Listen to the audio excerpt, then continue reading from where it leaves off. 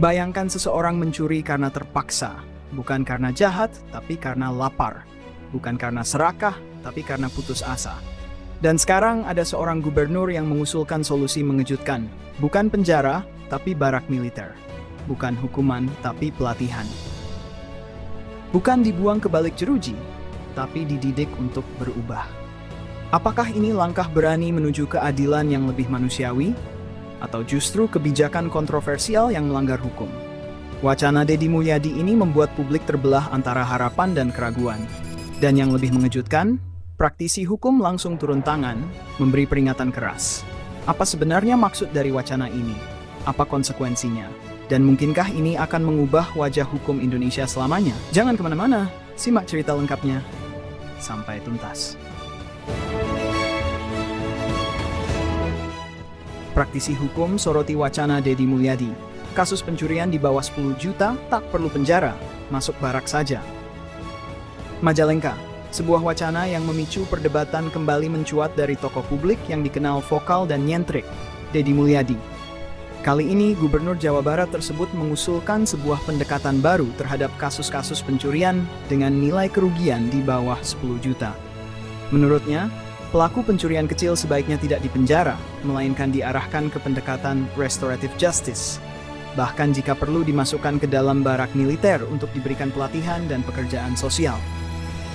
Gagasan ini disampaikan Deddy saat menghadiri acara pengukuhan pengurus masyarakat dan budaya Dangyang Rundayan Talaga di Kecamatan Talaga, Kabupaten Majalengka. Di hadapan masyarakat adat, Deddy menekankan bahwa penjara bukan solusi yang efektif bagi pencuri kecil yang seringkali termotivasi oleh faktor ekonomi. Sebaliknya, mereka perlu dibina dan diberdayakan agar bisa kembali ke masyarakat sebagai pribadi yang lebih baik dan produktif. Nu maling di bawah 10 juta, daripada di penjara mending keneh dibawa ke barak militer. Sina kuli manggul, sina macul, sina tandur, ujar Deddy dalam bahasa Sunda. Terjemahannya kira-kira, yang mencuri di bawah 10 juta, daripada di penjara, lebih baik dibawa ke barak militer. Disuruh kerja angkut barang, mencangkul, menanam. Pernyataan ini tentu saja menimbulkan pro dan kontra. Salah satu pihak yang menanggapi secara serius adalah praktisi hukum asal Majalengka, Indra Sudrajat.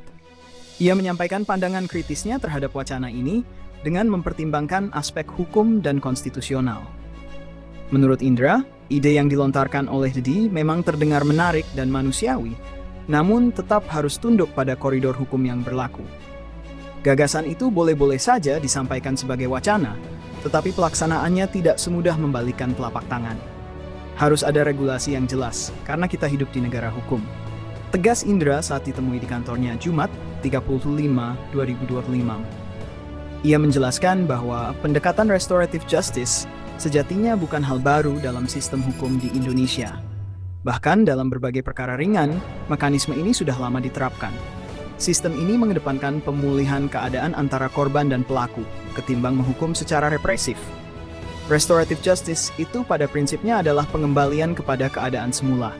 Dalam hukum Indonesia, ini sudah lama dikenal, terutama untuk perkara dengan ancaman hukuman di bawah 5 tahun.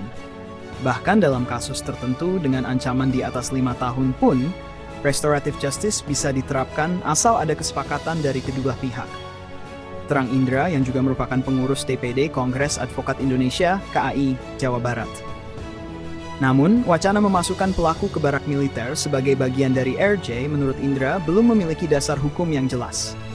Kalau wacana ini ingin diwujudkan hari ini, tentu belum bisa.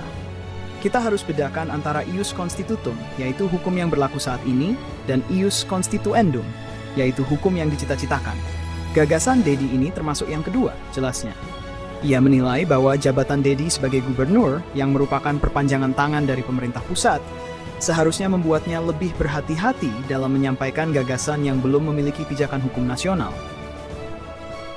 Gubernur itu tidak bisa membuat kebijakan seenaknya. Kalau ingin menggagas sesuatu yang baru, silakan sampaikan lewat DPR agar bisa masuk ke revisi KUHP atau UU terkait. Tegas Indra.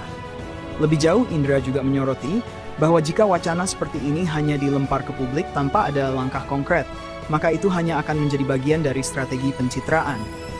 Kalau hanya sekadar melempar ide tanpa tindak lanjut, apa bedanya gubernur dengan LSM atau pengamat? Gubernur itu punya kekuasaan untuk mengeksekusi, bukan sekadar berkomentar, katanya. Namun demikian, Indra mengaku tidak menolak sepenuhnya ide pelatihan di barak militer bagi pelaku kejahatan kecil. Menurutnya, pendekatan seperti itu bisa menjadi solusi alternatif jika benar-benar dilandasi regulasi yang kuat dan disiapkan secara serius. Ia bahkan menyebut bahwa konsep wajib militer atau pelatihan kedisiplinan bisa membentuk karakter masyarakat yang lebih baik, asalkan dilakukan dalam koridor hukum dan etika. Saya pribadi setuju dengan pendekatan wajib militer, karena itu bisa mendisiplinkan masyarakat. Tapi kita tidak bisa sembarangan menerapkannya, ini harus disertai dengan payung hukum yang kuat. Negara kita negara hukum, tidak bisa asal main ambil orang dan dimasukkan ke barak begitu saja, ujarnya. Indra juga mengkritik sistem pendidikan nasional yang menurutnya terlalu menekankan aspek kognitif, sementara pengembangan karakter dan akhlak masih kurang mendapat perhatian. Dalam konteks ini, ia melihat bahwa gagasan Deddy Mulyadi bisa menjadi pemicu diskusi lebih luas tentang perlunya reformasi pendidikan nasional. Bangun karakter itu tidak bisa instan, harus dari bawah, dari PAUD SD, SMP, SMA. Kurikulumnya harus mengakomodasi pendidikan moral dan akhlak. Jadi kalau mau mengubah perilaku masyarakat, jangan cuma fokus pada hukuman, tapi juga perbaiki sistem pendidikan kita, papar Indra. Sebelumnya, Deddy Mulyadi juga telah menyampaikan bahwa ia tengah menjajaki kerjasama dengan Polda Jabar dan para kepala daerah se-Jawa Barat untuk memulai program ini pada pertengahan tahun, sekitar bulan Juni atau Juli 2025. Deddy menyebut pendekatan RJ yang dikombinasikan dengan pelatihan militer ringan bisa menjadi solusi untuk memutus mata rantai kemiskinan yang seringkali menjadi akar kejahatan kecil. Kalau pencurinya di penjara, istrinya siapa yang cari nafkah? Anaknya siapa yang sekolahkan? Akhirnya muncul kemiskinan baru, pungkas Deddy. Menurutnya, biaya penanganan hukum secara formal terhadap kasus pencurian kecil bisa sangat mahal, bahkan mencapai Rp50 juta untuk kerugian senilai Rp3 juta. Oleh karena itu, pendekatan RJ bukan hanya lebih efisien, tetapi juga lebih manusiawi dan berdampak jangka panjang. Wacana ini menjadi bola panas yang tengah bergulir di ruang publik. Apakah Indonesia siap menerima pendekatan hukum yang lebih restoratif? Atau akankah sistem tetap bertahan pada pendekatan represif dan formalistik? Jawabannya tergantung pada bagaimana para pembuat kebijakan merespons, serta seberapa serius wacana ini ditindaklanjuti dalam bentuk kebijakan nyata.